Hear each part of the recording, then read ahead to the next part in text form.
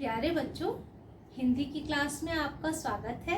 आज हम लोग उत्प्रेक्षा अलंकार पढ़ेंगे। तो बच्चों, पहले उत्प्रेक्षा अलंकार की परिभाषा पढ़ लेते हैं। जहाँ उपमेय में उपमान की कल्पना या संभावना की जाए वहाँ उत्प्रेक्षा अलंकार होता है। जनु, मनु, जानो, मानो, जनहु, मनहु आदि इसके वाचक शब्द हैं। अब समझिए, जहाँ उपमेय में उपमान की, उपमेय और उपमान को मैंने उपमा अलंकार और रूपक अलंकार में बहुत अच्छी तरह से समझाया है।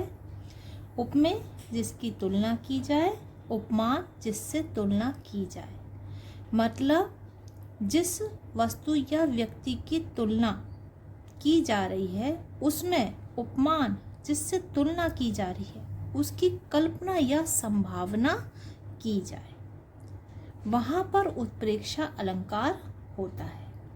और ये जनु, मनु आदि ये शब्द उत्प्रेक्षा अलंकार में आते हैं। इसके द्वारा ये उत्प्रेक्षा अलंकार प्रकट होता है। इन शब्दों के द्वारा उपमेय में उपमान की कल्पना या संभावना प्रकट की जाती है। उदाहरण से और अच्छी तरह से समझ में आ जाएगा।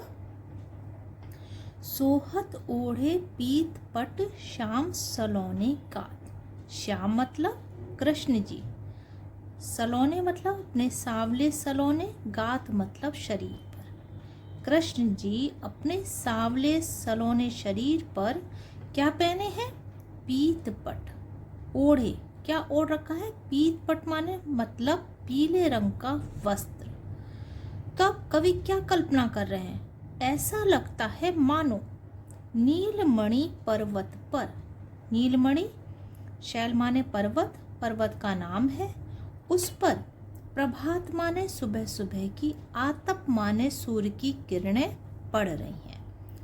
अब कवि ने क्या कल्पना की है कि कृष्ण जी ने जो पीले रंग का वस्त्र पहन रखा है तो वो ऐसे लग रहे हैं जैसे नीलमणि पर्वत पर सूर्य की किरणें पड़ रही हैं। ये उन्होंने कल्पना कर ली।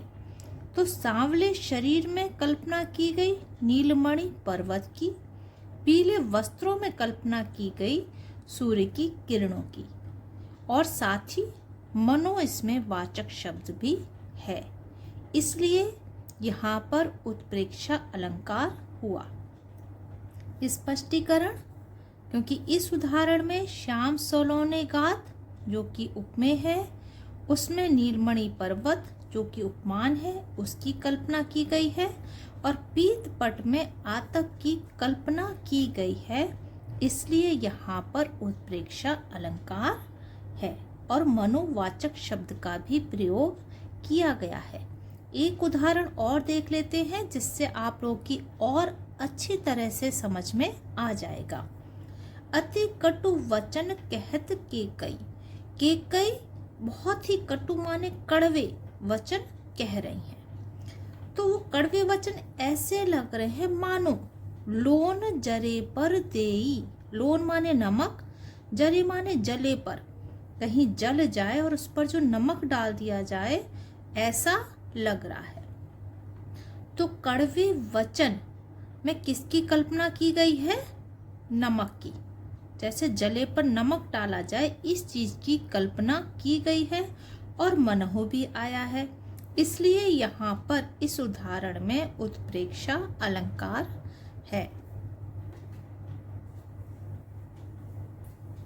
आशा है बच्चों आप लोग को यह अलंकार बहुत अच्छे से समझ में आ गया होगा। लेकिन अब ये जानना भी जरूरी है कि ये अलंकार पेपर में कैसे पूछा जाता है और कितने नंबर का आता है। तो पेपर में ये 2 नंबर का आता है, लेकिन जैसा कि तुम जानते हो कि बूंद बूंद से घड़ा भरता है, इसलिए 2-2 नंबर के क्वेश्चन, 1-1 नंबर के क्वेश्चन करने बहुत जरूरी हैं। और ये पेपर में 100% आता है, इसलिए इसको सीखना बहुत जरूरी है।